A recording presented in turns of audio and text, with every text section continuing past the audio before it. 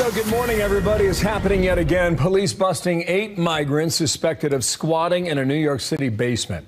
Officers found guns and drugs on the scene, and most of those suspects, as you expect, are already back on the street. Good morning, everybody. That's where we begin. I'm Bill Hemmer, live in New York City on a rainy day. Yeah. How ugly is that day out there today? I think it's a great day. Oh, a great day. It's a great day because we need the rain. Was it the rain? Okay. Yeah, the rain washes the streets and gives us flowers for May. Okay. So it's like, be happy we have the day. Right. Okay. Rain is not a bad thing. We'll go with that. Yes, we'll Done. try. I'm Dana Perino, and this is America's Newsroom. You know what's interesting about that story? The least surprising thing of the story about illegal immigrants, yes, squatting in the Bronx is that they were let out. Yep. That was actually, now it's just to be expected. Police responded to the apartment after receiving a complaint about someone with a gun, and what they found was nothing short of disturbing. So they confiscated 4 firearms, a box of ammo, 2 bags of ketamine. They also found a 7-year-old child apparently living in squalor. Neighbors say the homeowner had repeatedly tried to get rid of the group, but that was much easier said than done. He tried to have the police come over and evict them at one point. But the cops said to him, no, they've been there more than 30 days. You're going to have to go to court and get an eviction notice from the court. That was it, and that begins a process that really takes forever. 6 of the suspects have been released without bail. New York Post headline today, loose cannons. Brian Yenes is on the scene with more. Hi, Brian. Hey, Dana and Bill, good morning. The landlord of this home now dealing with a real nightmare. The reality that 6 of those squatters, many from Venezuela, who were just charged with multiple charges on gun and drug charges, may very well presumably be right back living in the basement apartment illegally. This is the multifamily home in the Bronx. Down that alley is where we believe that basement is, where these 8 migrants were living. Sources tell Fox one of the 6 migrants released without bail, 24-year-old Hector de Sousa Villata, was previously charged with attempted murder in New York. The Bronx district attorney asked for all 8 migrant squatters to be held on bail, but in the end, bail was only set for 2 of the migrants, including a migrant who had an open gun indictment against him at the time of his arrest. This all began when police responded to a 911 call for a person with a gun. Police say they chased de Sousa Villata into the basement apartment and arrested him with a loaded gun. Inside the apartment were 7 other migrants, including 1 migrant who tried to run off with a gun. A 7-year-old was also inside that basement. Now, according to the criminal complaint, police found 4 guns in total, including a ghost gun, 2 Ziploc bags full of ketamine and cocaine. Prosecutors say the group had the intent to sell the drugs. Here's what a neighbor said. They were a nuisance to the neighborhood. You know, their motorcycles, the noise, their cars with the, big boom boxes or big, sound systems. They probably arrived around 6 months ago, 7 months ago, and it was out of nowhere. Now, all of this happened right across the street from this middle school that you see there. Bottom line, Dana and Bill, this story really encompasses 3 major issues in this city: the migrant crisis, the squatter crisis, and on top of all of that, the bail reform issue, where repeated offenders are released over and over again. 6 of those migrant squatters released without bail. Now, I'll add another, which is child endangerment, indeed. Brian Yenes, thank you.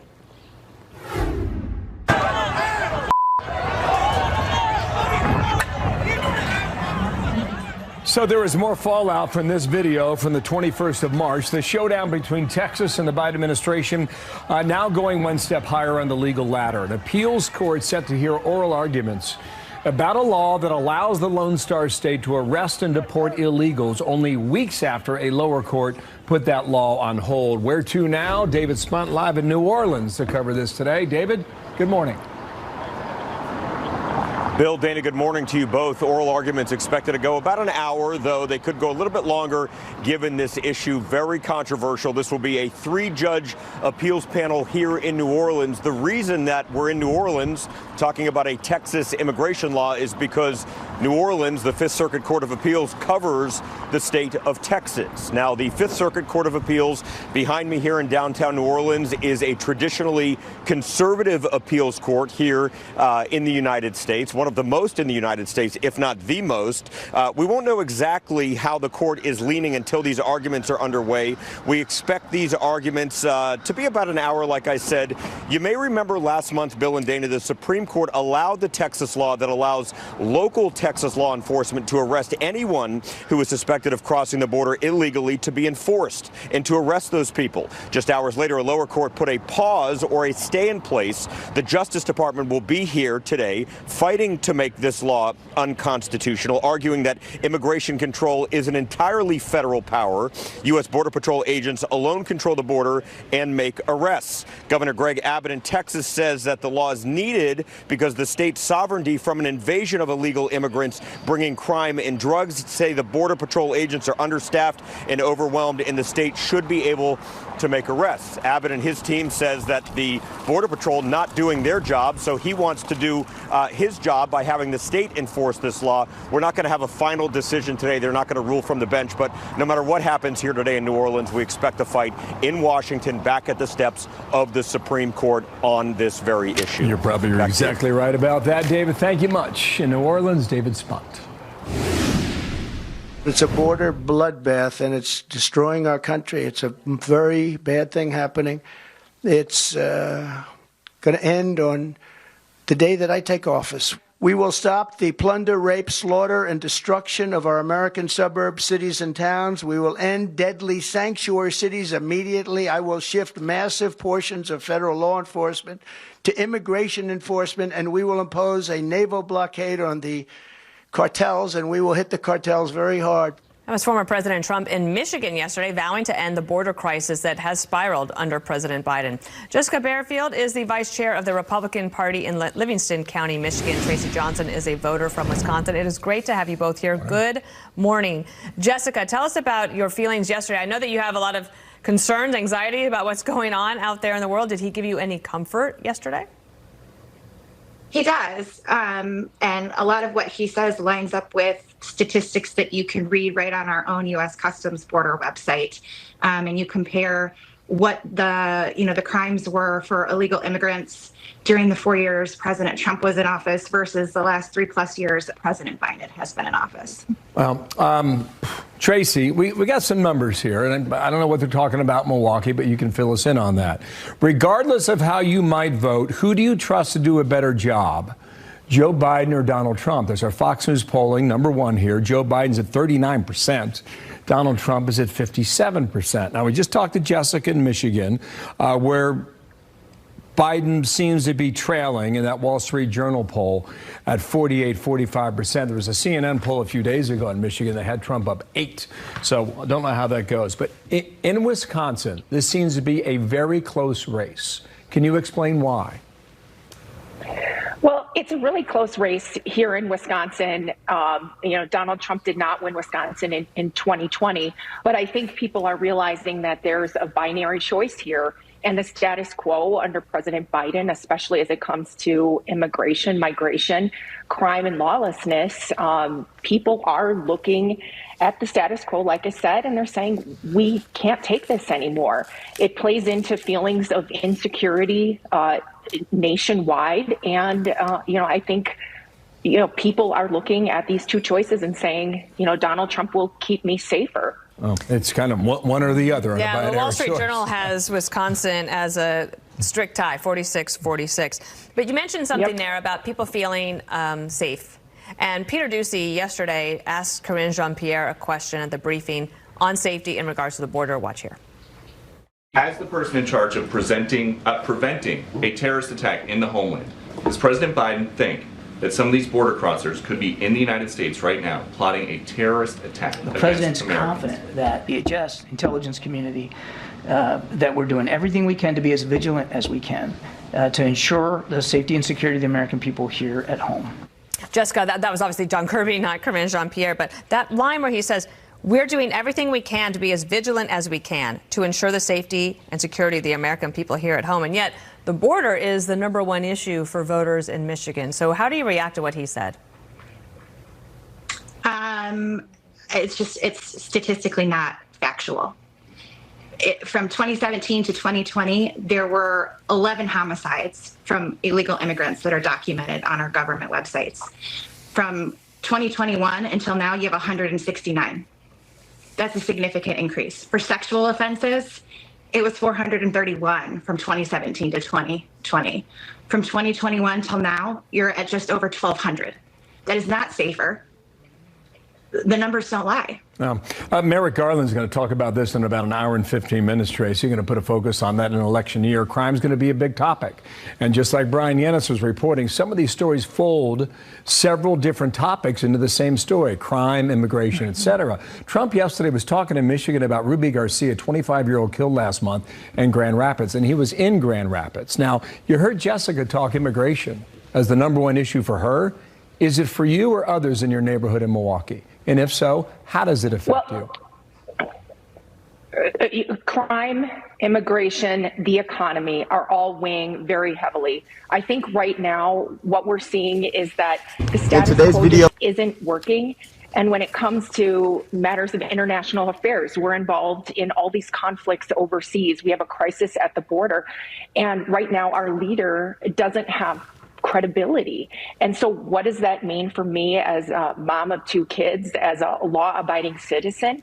You know, it's very alarming. And I think that all of these factors are going to play into one another, and voters are going to have a decision to make. I mean, we have 8 months until the election, and a lot more could play out, good and bad for both candidates. But I think people are really starting to settle in and saying what we have today just isn't working for me. Jessica, Tracy, it's good to have you here. Tracy, I know we've had you before. Jessica, I'm sure we will see you again if you're willing. Great to have you, and have a good day. Thank you. Thank you. These guys practice this over and over and over every day, every week. This is their job. In this situation, they probably had information about weapons, drugs, and some bad people who have frequent that location. So some federal agents under pressure after Diddy's ex-girlfriend posts dramatic security video of the raid on his mansion last month, including some shots from inside, what she is now accusing them of doing during that search. Dana. Plus, stunning allegations in the beating death of a 16-year-old in Arizona. Were the parents of one of the suspects merely innocent bystanders, or did they play a role? This guy's going to come, he's going to try to hurt me, which I'm accustomed to, and he's going to be greatly mistaken. Here we go. Let the trash talk begin. Iron Mike's going back in the ring, this time with Jake Paul, and this should be a good one. He's getting more than he bargained for, is what Iron Mike says, and Perino and Hem are going to lay down a wager momentarily in the ring. Released video now of the raid on Sean Diddy Combs' mansion. Now, this did not come from the cops. It didn't come from anybody who was involved in the raid. It came from the music mogul's ex-girlfriend. She's crying foul, accusing federal agents of being overzealous. Jonathan Hunt with the follow-up in Los Angeles. This was broad daylight. Jonathan, what else did we see on there? Hello. Yeah, good morning, Bill. We all saw the pictures of heavily armed agents from Homeland Security Investigations arriving at Sean Combs' mansion here in LA, but for the first time, we are now seeing what happened inside. As the agents moved along the hallways, weapons drawn, guided in part, it appears from the video, by a drone you see there. And as they move in to detain 2 of Combs' adult sons, Justin and Christian, they have their rifles aimed at the pair. Now, this edited video was posted on Instagram by Justin Combs' mother, Misa Hilton, who called the agents' actions overtly militarized and deplorable. And Hilton said, quote, "If these were the sons of a non-black celebrity, they would not have been treated with the same aggression. The attempt to humiliate and terrorize these young black men is despicable." But law enforcement experts tell us everything the agents are seen doing on the video is standard practice. You had teams going in, stacking, as they call, where they line up with each other. They carry those types of weapons because they are trained to use them. The officer's gun is pointing up. His fingers are never on the trigger until ready to fire. So these guys practice this over and over and over every day, every week. This is their job. Sources have told Fox the raid of Combs' properties here in LA and in Miami is linked to a sex trafficking investigation that comes in the wake of several civil lawsuits alleging sexual assault being filed against Combs. His attorneys, by the way, have dismissed the investigation as nothing more than a witch hunt, in their words, based on meritless accusations. Bill? Okay, Jonathan Hunt with a follow-up today in Los Angeles. Thank you, sir. Dana? Well, Mike Tyson joining Hannity last night to talk about his upcoming fight with Jake Paul. The former heavyweight champion showing the confidence that made him such a force in the ring, basically telling the YouTube influencer, bring it on. I think he's came a long way from YouTubing. And listen, I've seen a YouTube of him at 16 doing weird dances. That's not the guy I'm going to be fighting. This guy's going to come, he's going to try to hurt me, which I'm accustomed to, and he's going to be greatly mistaken. I always believe that adversity or nervousness, it pretty much catapulted me into success. Right. If I didn't have these feelings, I wouldn't go into this fight. I have to have these feelings to fight. Without them, I would never go in the ring. You know, Sean, I have a weird personality. I don't think it's weird, though. Whatever I'm afraid to do, I do it. And that's how it is. I was afraid for the Roy fight. I was scared to fight again. I was 100 pounds overweight. I was, however old, 54, 53. And I said, let's do it. Anything I'm afraid of, I confront it. And that's my personality. Like right now, I'm scared to death. But as the fight gets closer, the less nervous I become because it's reality. And in reality, I'm invincible. So Tyson is vastly more experienced than Paul, but he's also 30 years older if we're counting. The highly anticipated bout will take place on July 20th. That's at AT&T Stadium in Arlington, Texas. It will be streamed on Netflix. And Hemmer wants to make a bet. Yeah, I'm not sure. I'm not sure which way I want to go just yet. I know which way I'm going. All right, go. Tyson all the way. Oh, wow. Yeah. Okay.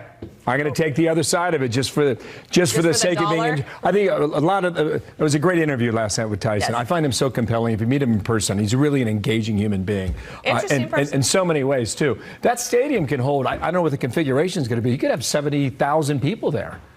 And 70 million people on Netflix, maybe, summer nights. All right, so you're going Myron Mike, and I'm going Jake the Snake Paul. The Snake. There you go. Check this out.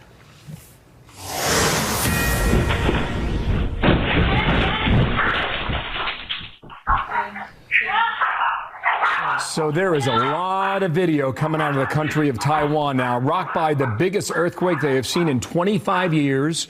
Reports of miners trapped. We'll get some details on that coming up.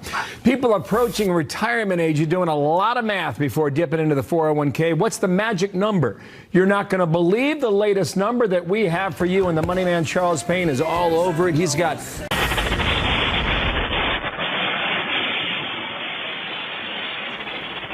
Woke up to this news this morning with an earthquake hitting Taiwan. It was the biggest one in 25 years. Unfortunately, we have this word in. 9 people are dead. Hundreds more are injured. Firefighters are still working to pull victims from the rubble. And there are reports that up to 70 men are trapped in rock quarries. We'll have more on this breaking news as we get it. Sometimes you get more information as the day goes on. We'll check it out. Also, violent storms here ripping across the Midwest and Southeast, a system bringing torrential rain and tornadoes. Here's what it looked like in Ohio. Oh my God, babe. This just happened. Laid back. Oh God. Severe storms will impact the East Coast today, and we will keep an eye on that throughout the morning. Scan the QR code on your screen here in just a moment. It's the Fox Weather app, and I use it every day. It's very helpful, and you can get good stuff. Amazing how technology can predict this stuff, sometimes days in advance, because we've been watching the radar for all week, really. It could be more today, too. Attorneys for former President Trump now making a new push to have the judge in that hush money trial recuse himself. Here is the judge saying they've newly discovered evidence that may present a conflict of interest. It involves his family and a lot more. That trial is expected to begin on jury selection on tax day, April 15th, unless. Eric Shawn has more in our newsroom now on that. Eric, good morning. Good morning, Bill. Well, we don't know yet what that so-called newly discovered evidence exactly is. But you know, it could involve the political activities of the judge's daughter. President Trump and his lawyers are demanding that Judge Juan Merchan be removed because his daughter is a political consultant for Democrats. Lauren Merchan is listed as president and partner in the political consulting firm Authentic Campaigns. Authentic does tens of millions of dollars of work for Democrats and progressive causes. Authentic boasts its clients include President Biden, Vice President Harris, California Senate candidate Congressman Adam Schiff, who you may recall helped lead the congressional investigations into Trump, and even squad member Congresswoman Ilhan Omar, among many other prominent Democrats. In the motion, Trump's lawyers say Ms. Merchan will benefit from the prosecution of the former president, saying, quote, "Your Honor's daughter will continue to earn money from these developments by virtue of her senior role at Authentic." Well, the district attorney's office of Alvin Bragg, though, responded saying, quote, "The daisy chain of innuendos is a far cry from evidence that this court has a direct, personal, substantial, or pecuniary interest in reaching a particular conclusion." Well, the Trump team did file a similar motion to try and remove Judge Merchan last year, but that failed. He refused to recuse himself. He denies any conflict of interest involving his daughter, and the New York State Advisory Committee on Judicial Ethics said the same, ruling, quote, "A relative's independent political activities do not provide a reasonable basis to question the judge's impartiality." We have asked the company Authentic Campaigns to comment about all this, but so far Fox News has received no reply. As for Ms. Merchan, well, so far she has not issued a statement about this controversy either. Okay. Bill? All right. We've got a week and a half to go. We'll see what changes, if anything. Thanks, Eric. Nice to see you in New York.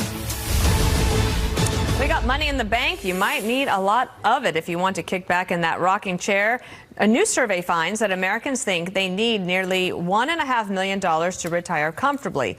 That number hitting a record high. Is it accurate? Let's bring in Charles Payne, host of Making Money on Fox Business. Hello. We've got this graph here. By generation, savings Americans say they would need to retire comfortably. You can see here, it's all, millennials think 1.5 million, 1.6, Gen Z 1.6, Gen X a little less, and boomers almost $1 million. Is that on the mark? Are they right? Is that just a ball? Are they guessing? Well, they're guessing, but they're guessing in part based on sort of lifestyles and things like this. One other adjustment, though, is how long you're going to live, which is intriguing because Gen Z, actually 30% believe they're going to live to 100, far more than any other generation. So they're pretty confident they're going to live longer. So therefore, they would actually need probably more money than they assume that they need right now. Okay. So Larry Fink, I think, nails it, from the CEO of BlackRock. He says it's an impossible math problem. On retirement, or if you're already retired. I think he's right about that. You're moving numbers around. You're trying to figure out how to make this match that. I think what that graphic shows, Dane, is that the older you are, the less money you think you need for retirement. And then you add in inflation. Well, here's an interesting thing. Let's talk about how much people think they need and what they actually have saved. This will help us out. So Gen Z thinks they need 1.6 million.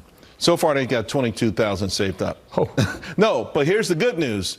They started saving in their 20s at 22 years old. Boomers started saving at 37. So they got a big head start. And particularly they need it if they think they're going to live to 100. Boomers, on the other hand, think they need $900,000. Remember, probably their home is paid for already. They know that their expenses aren't going to be the same. They may sell their home and downsize to a condo or something, and they've got $120,000 saved. The bottom line is every generation is significantly below, even high net worth, who might be the most unrealistic. High net worth folks, anyone with a household worth $1 million, they think they need $3.9 million to live comfortably in retirement, and on average, they only have $172,000 saved up. Yeah, so okay, so that's it. We got a ways to go. And I wonder if that's why, in this topic too, a majority of Americans feel worse off financially now than 4 years ago. We've been talking about inflation for several years, right? So we know this is happening. This is a Fox News poll from last night.